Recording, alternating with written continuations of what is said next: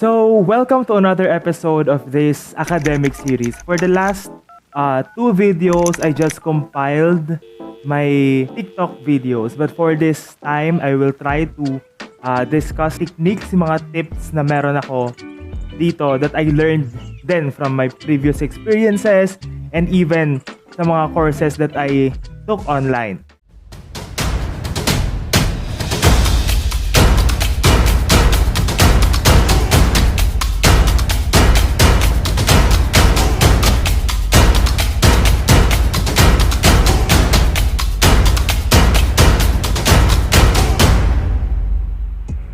Sobrang laking tulong din nung nangyari ngayong quarantine na dahil walang ginagawa, dahil onte siguro or limited yung mga ginagawa natin, I have enough time to enroll into 3 courses in Coursera sponsored by UP Diliman. And ayun yung lagi ko binabanggit sa mga videos ko na learning how to learn, then biohacking of the brain's health, and of course yung isa pa is introduction to psychological first aid. Yan. So, yung mga the things that I will be teaching you for this video is I got them from the course Learning How to Learn, and some are from my experiences, from my personal experiences when I was a first year college. Wow, para namang sobrang tanda na. Third year pa lang ako. So let's start with the principle of the focus and yung diffused mode. I've already mentioned this in some of my TikTok videos, but then right now let's try to move through them deeper. So yung principle ng focus tsaka diffuse mode, ito yan. It will help you to strategize then. Perhaps meron kayong naririnig ng mga stories dati or kung saan-saan man na merong mga scientists or artists na nakakaisip sila ng mga bagong ideas, mga bagong principles pagkatapos nilang tumunganga. Ganyan. Yung mga stories na nakatunganga sila sa may sunrise or sa may balcony nila, tapos meron silang hawak na cup or yung susi. Tapos wala lang, nakatunganga lang silang ganyan. They are looking at the sunset siguro or what. Tapos kapag sila ay nakatulog na, syempre mabibitawan nila yung tasa nila o kaya yung susi. Tapos magigising sila. And by that moment, doon na sila magkakaroon ng parang mas focus na mas specific na mga iniisip nila na mga concept siguro. Ganon. So that is also the principle that we will be discussing here sa focus and diffuse mode. So first, yung focus, ito yung mode mo na nakakoncentrate ka talaga. Kumbaga, this is a specific na concentration. Like for example, when you are studying, nasa focus mode ka. Kasi, ina-analyze mo talaga ano bang meron dito sa chapter na to or what? Ano bang meron dito sa paragraph na ito? So that is a focus mode of thinking. Whereas, if we will contrast it sa diffused mode ng thinking, it is more on ang tawag dito, it's more on a generalized thinking. Parang thinking in a bigger picture. Di ba kanina sabi ko, yung mga scientists or yung mga artists ay nakatungangang ganyan lang. So, they are thinking generally. They are, para sila nakalutang, ganyan. So, dito, hindi masyadong nag-iisip ng sobra na analytically, kumbaga. So, bakit importante yung dalawang modes ng brain na iyon? One very specific na example or application na ginagamit itong dalawang principles na to is yung tinatawag nating Pomodoro Technique. So, sa Pomodoro Technique, you will study for 25 minutes, tapos magkakaroon ka ng short na break, which is siguro 5 minutes, ganyan. Then, i-repeat mo yun ng 4 cycles, then you will have a longer break. So, dun sa structure na yon, you can see that there is a focus mode and a diffused mode. So, sa 25 minutes, syempre nag-aaral ka, ganyan. So, naka-focus ka. Then you will have a bigger picture na thinking or hindi masyadong stress na thinking sa diffuse mode mo dun sa 5 minutes. So, it is very essential that you will have that 5 minutes when you are doing a Pomodoro. Kasi, it will give your brain ang tawag dito, parang lighter atmosphere, lighter environment na okay, hindi mo na ka mag-focus ng sobra doon. So, dun sa 5 minutes na yon, you can go to the CR, you can, ang tawag dito, you can exercise, walk exercise, you can do jumping jacks, you can do push-ups, or kung ano man yung mga ginagawa nyo sa 5 minutes, you can even eat, ganyan, drink coffee or what. You can do that doon sa 5 minutes. As long as, ako, personally, I don't think about the thing that I am studying kapag ginagawa ko yung 5 minutes na break. Kapag ginagawa ko yung Pomodoro. So, ako, tawag dito, so, 25 minutes, meron akong timer na ginagamit or meron din mga applications that you can download. Doon sa 25 minutes na yon, talagang sobrang focus ako. Then pagkarating ng 5 minutes, it will be a challenge.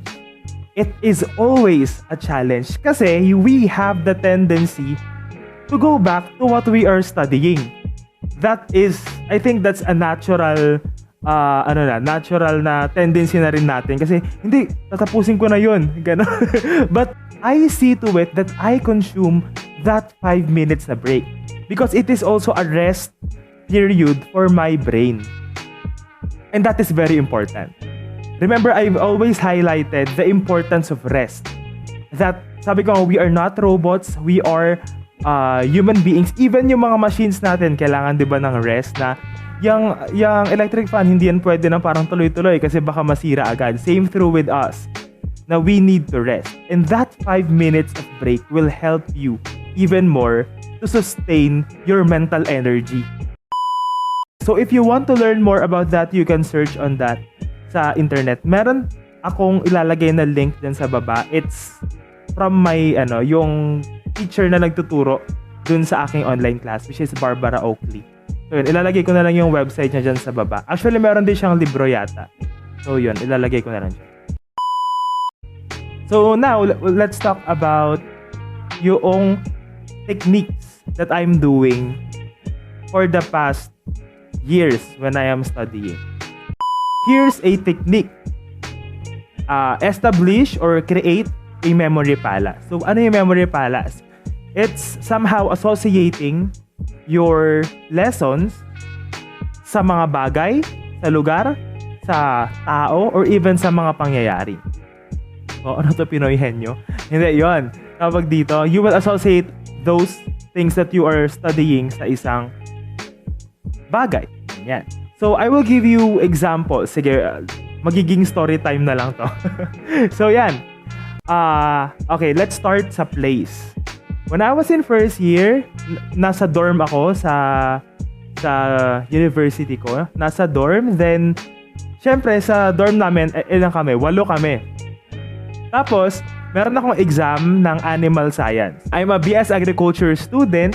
So, meron kaming exam or quiz. I think, quiz. Tapos, that time, yung kasing lesson namin is about yung mga breeds ng hayop. Kunwari, itong breed na to, ano to, baka ba to, kambing ba to, manok ba to, baboy ba to, yung mga ganon. So, ganito yung naging strategy ko. Since I know, remember in my past video, I mentioned that it is important for you to know what type of learner are you. So, doon, since I know that I am a visual learner, I associated yung bawat breeds sa isang kulay. Like for example, lahat ng mga breed ng baboy inilagay ko sa kulay, pinrint ko siya na may background na red. Yung mga manok, background na yellow. Yung mga ganon. Yung baka, background na blue. Bakit ko pinili yung mga kulay na yon, 'di ba? Because it will be easier for me to associate. Kasi, karaniwan, yung chicken na noodles ay kulay yellow. Karaniwan, yung beef na noodles ay kulay blue. 'Di ba? So, it will be easier for me to associate. So, I associated yung color na I see when I review those breeds sa kulay na we can see in our everyday life, kumbaga. Yung, for example nga, yung sa noodles. So, another way para mas matandaan ko siya ay inilagay ko yung mga cards sa bawat lugar sa room namin. So, yung isa inilagay ko sa may kama sa may double deck nung roommate ko na isa. Yung na mga isa, nilagay ko sa may pinto. Yung isa nasa may cabinet ko. Para kapag pupunta na ako doon, sa mga lugar na yon, ayun yung maaalala ko na, sa may cabinet. Yung mga nakikita ko doong mga breeds ay baka. Yung mga nasa kama ng roommate ko na ito, ang mga nakikita kong breeds na yon ay kambing. Pagka lalabas ako ng door, makikita ko yung sa may pinto, yung mga breeds na nandun ay manok. Those types of things. So you can also use that, lalo na ngayon na nasa mga bahay-bahay lang tayo. You can write things doon sa mga sa mga papers, tas ilagay nyo sa sala nyo, ilagay nyo sa kwarto nyo, ilagay nyo sa kitchen, banyo, mga ganyan. So pwede nyo gawin yung mga ganon. So I think ayan muna for this video, and so I will do a part 2 where I will discuss more of the strategies and techniques that I did and I am doing ngayon when I am studying. So yun, regarding naman sa siguro place, people, things, yung mga yan, and even events. So yun, thank you for watching this video, and if you like this content, just like it. Syempre, i-like nyo yan. Then ayan, you can also subscribe. I also have a TikTok account where you can also ask their questions para mas direct, kasi I can reply there with a video. So yun. And you can also message me. So yan, nandiyan naman yung mga contact ko sa baba. So yun. Thank you very much.